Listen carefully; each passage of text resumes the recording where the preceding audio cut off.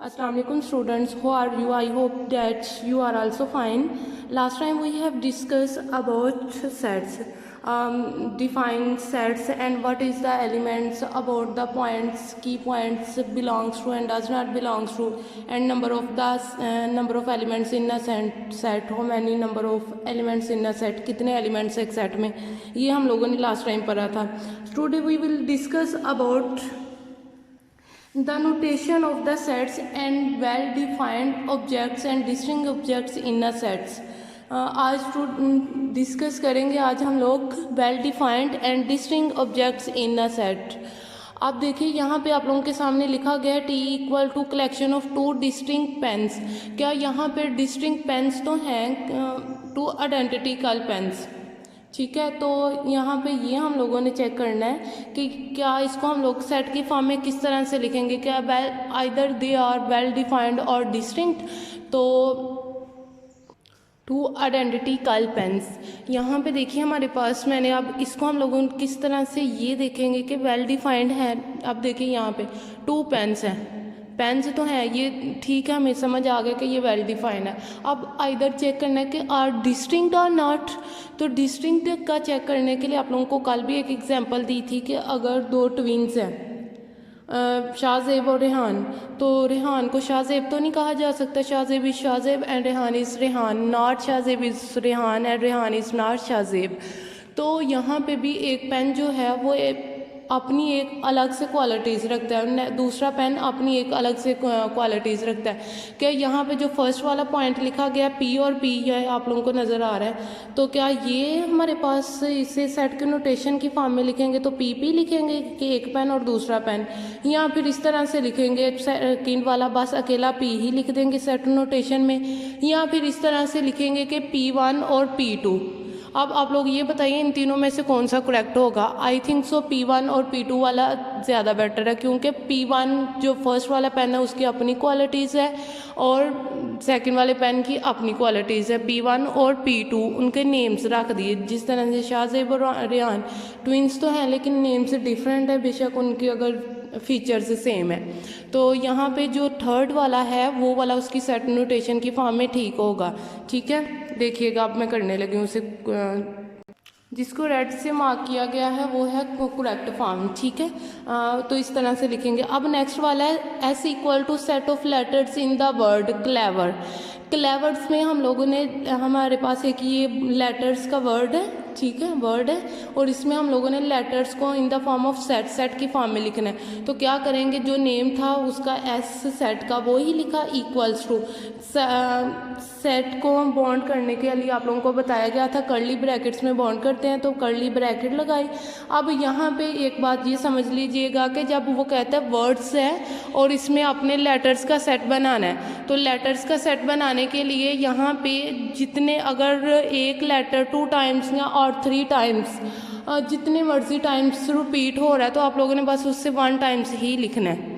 ठीक है, we can write only 1 times. अब यहाँ पे C 1 टाइम्स आ रहा है, C लिखा. L कोमा लगाओगे L लिखेंगे हम लोग, फिर E आ रहा है E कोमा लगा के लिखा, फिर V है V कोमा लगा के लिखा, फिर नेक्स्ट E आ रहा है तो E नहीं लिखेंगे क्योंकि E 1 टाइम्स लिखा गया, ऑलरेडी मौजूद है सेट में. ठीक है, और नेक्स्ट R है तो R लिख देंगे. ये इसकी सेट नोटेशन की फॉर्म में है. ये कहने का ये मतलब है जब हम लोग वर्ड्स को सेट नोटेशन में लिखते हैं तो वहाँ पे सेट नोटेशन में लिखने के लिए वर्ड्स अगर 2 और 3 टाइम्स रिपीट हो रहा है वो लेटर, तो उस लेटर को हम लोग 2 और 3 टाइम्स नहीं लिखेंगे, उसे बस 1 टाइम्स ही लिखेंगे. ठीक हो गया. ये था आज हमारा ये वेल डिफाइंड और डिस्टिंक्ट ऑब्जेक्ट्स को करने का ये था, in the form of set में लिखने का ये तरीका था. अब नेक्स्ट वाला जो हमारा है वो है डिस्क्राइबिंग अ सेट. सेट को हम लोगों कितने वेज में डिस्क्राइब कर सकते हैं. There are few ways to describe a set. First है describing a set in words. Words में जब हम लोगों को कहा जाता है कि वर्ड्स में भी लिख सकते हैं हम लोग सेट को डिस्क्राइब, जिस तरह से वर्ड्स में लिखना है, ठीक है। उसे जब वर्ड्स में लिखा होगा तो उसे किस तरह से लिखना है, डिस्क्राइब किस तरह से करना है सेट को। फॉर एग्जाम्पल आप लोगों ने लास्ट टाइम पढ़ा था कि सेट ऑफ नेचुरल नंबर्स, ये हम लोगों ने in the form of words में बोल रहे हैं और वर्ड्स में ही लिखेंगे। अगर कहा जाता है set of natural numbers in listing form, तो सेट नोटेशन की फॉर्म में लिखें, तो फिर हम लोग नेक्स्ट दूसरे तरीके से लिखेंगे, वो कर्ली ब्रैकेट 1 2 3 4 नंबर्स की फॉर्म में लिखेंगे, एलिमेंट्स की फॉर्म में।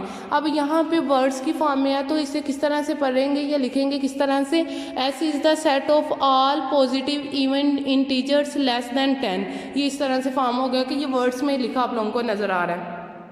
सेकंड वाला है listing all elements in a set in set notation.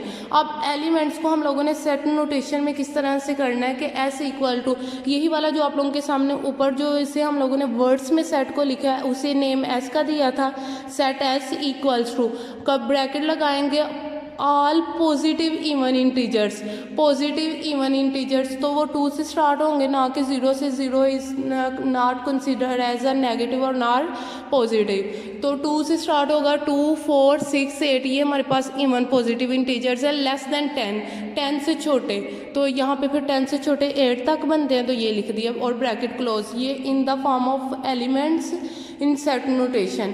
अब थर्ड वाला ऑप्शन है describing the elements in a set in set notation. जो एलिमेंट्स को हम लोगों ने सेट नोटेशन में लिख दिया, जो सेकंड वाली फॉर्म है, उसे हम लोग और ज़्यादा किस तरह से सेट नोटेशन की फॉर्म में लिख सकते हैं। इसे हम लोग इस तरह से लिख सकते हैं, एक्स रिप्रेजेंट, यहाँ जो सेट एस है वो इस तरह से रिप्रेजेंट कर रहा है, जो आप लोगों के सामने एग्जाम्पल लिखी गई है। एस यहाँ पे ये रिप्रेजेंट कर रहा है कि positive even integers, x represent कर रहा है 2 4 6 8 नंबर्स को, एलिमेंट्स को रिप्रेजेंट कर रहा है, तो इसे इस तरह से लिखते हैं, एक्स सच डैट, पढ़ते डॉट्स लगाते हैं, क्लोन के साइन लगाते हैं और उससे पढ़ते हैं such that, x is a positive even integer less than 10। कहते हैं इसमें वो वाले नंबर्स आएंगे, वो वाले एलिमेंट्स आएंगे, पॉजिटिव इंटीजर होंगे, वो पॉजिटिव इंटीजर्स होंगे और वो लेस देन 10 होंगे। जिस तरह से ये मैंने तीनों एक ही एग्जांपल से आप लोगों को डिस्क्राइब करके बता दिया, ठीक है। स्टूडेंट्स अब देखें नेक्स्ट जो है प्रैक्टिस नो 1, इसमें है if that it is given that C equal to X such that X is a positive integer between 10 and 18, next and d equals to x dot x is a positive integer such that 10 less than equal to x less than 18। और first वाले part में कहते हैं, first में list all the elements of C and D in set notation. First वाले में हमें उसने सी और डी सेट से दिए हैं और कहता है कि फर्स्ट वाले का जो आंसर आप लोगों ने बताना है उसका सोल्यूशन आप लोगों ने किस तरह से देना है। पहले ये समझ लें कि आपने सी और डी को लिखना है सेट नोटेशन में, x dot x dot clone means ये था कि सच that, x such that is a positive integer. हम लोगों ने पॉजिटिव इंटीजर्स लेने हैं बिटवीन 10 एंड 18, 10 और 18 के दरमियान वो नंबर्स लेने हैं, तो सी इक्वल होगा 10 से ऑनवर्ड 11 12 13 14 15 16 और 17, बिटवीन 10 और 18 के बिटवीन यही नंबर्स आएंगे, ठीक हो गया। ये हम लोगों ने सी को in form of notation set notation की फॉर्म में लिख दिया।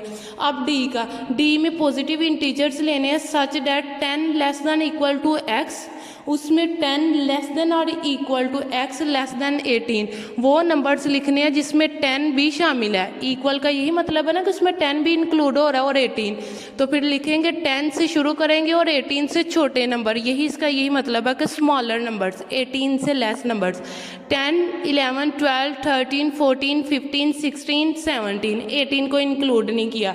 सेकंड वाले में अगले नेक्स्ट वाला पार्ट है, यही हमारा ये आंसर था, ठीक है। हम लोगों ने लिस्ट सेट नोटेशन की फॉर्म में आंसर बताना था, ये इसका आंसर आ गया। सेकंड वाले में कहते हैं did C and D have same elements, if not why. कहते हैं सी और डी में क्या सेम एलिमेंट्स हैं, अगर नहीं तो क्यों नहीं है। तो यहाँ पे देखें हम लोग देखें इनमें सेम एलिमेंट्स है, 11 से लेकर 17 तक तो सेम है, लेकिन डी वाले में 18 शामिल है, तो सेम एलिमेंट्स तो ना हुए, तो हम लोग आंसर लिखेंगे no C and D have not same elements because D belongs to 10 जो है वो बिलोंग कर रहा है डी में से, 10 belongs to D but 10 does not belongs to C, ये इसकी रीज़न आ गई। ठीक हो गया, ये था आज का आप लोगों का जो था काम, यही था। और नेक्स्ट देखें डायरी जो है आप लोगों के एक्सरसाइज नंबर 14 क्वेश्चन नंबर 3, 10, 11 और 16, वहाँ पे भी आप लोगों को कहा जाएगा सेट नोटेशन में लिखें, और यही पूछा होगा 1-2 में कि ये सेट्स सेम है या नहीं है। अगर एलिमेंट्स सेम होंगे तो आप लोग कहोगे जी yes of course they are having same elements, अगर नहीं है तो आप लोग कहोगे कि no they have both sets C and D, या जो भी सेट्स के नेम्स होंगे हैव नॉट सेम या इक्वल एलिमेंट्स। तो यही आप लोगों ने अपना होमवर्क में करना है, यही आप लोगों की प्रैक्टिस है। Best of luck, take care of you and your family of this current situation. Best of luck. Allah Hafiz, students.